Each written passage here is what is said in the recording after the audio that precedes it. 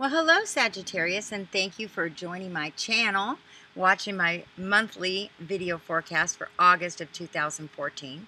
And I try to remember to tell everybody, but it's important to say that if you have a rising in Sagittarius, a sun, or a moon, that these themes could be playing out for you. So this goes for all of the signs and all of my messages.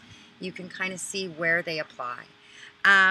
Right now, Sagittarius, I want to say you have almost made it through this intense Saturn and Scorpio energy that started October of 2012. Now, this energy has been directing to your 12th house. That's your subconscious mind. That's your mental stability. That's your deepest things, the truth. Scorpio has been penetrating that area of your life. So maybe for you guys, and it's hard because you are a fire sign and you love to get out there with adventures, you may have felt held back by a lot of these intense emotions, intense thought process, like you couldn't go forward. Well, guess what? You're almost through this. This December, Christmas of 2014, that energy is going to lift. And in the meantime, you're working through the final stages of really getting that right inside of you. The 12th house is also a spiritual house, and you may have felt like you've been kind of hiding behind the scenes and just wanting to hide out. Well, guess what? Mars has moved into Scorpio and is also going to hit that 12th house this summer. Well, Mars is fiery. Mars is energy, and it's going to say, come on now, get out there, Sag. Get out there with your ideas. Talk about what's going on. Be honest. Be authentic. Be real. And this day, I don't know about you guys, but I want to hear about real life situations because I'm dealing with real life situations. And so you guys have been through a lot. It's time to come out. And, if there are unresolved issues that you haven't quite dealt with, they're still lingering in that area of your 12th house, that subconscious area, Mars may shake it up a little bit and bring it up to the surface because you don't want to go into the next cycles of your life carrying this baggage behind. There's periods of time that are important to do, resolve issues, even if you only resolve it within. Sometimes we can't resolve it with other people, and it's difficult. It's difficult to know where to put it and what to do, but at some point, we all have to find a peace within. And, you've got a lot stirring in that area. I want to encourage you that Jupiter, here's the cool part, Jupiter in Leo is moving into your 9th house.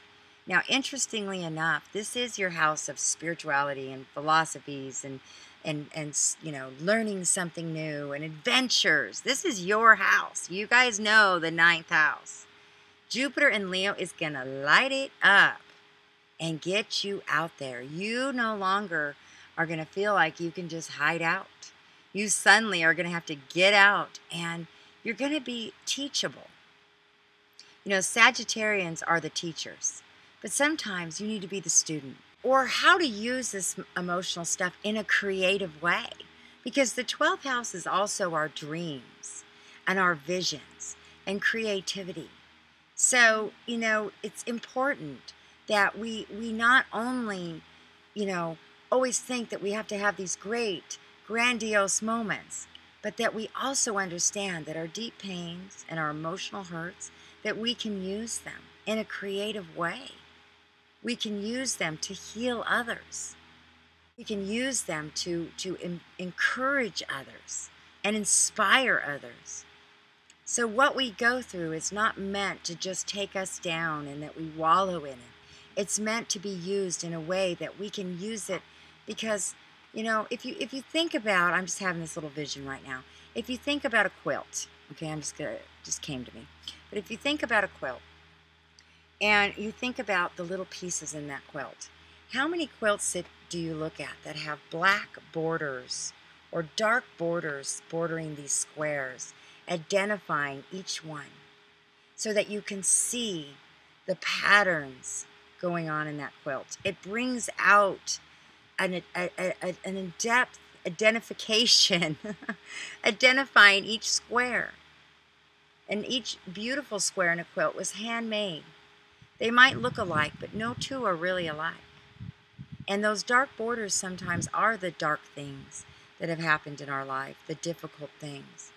How can you take that and embrace it and allow it to be the border of your beautiful quilt? Allow it to be a part of your fabric. Let those things go.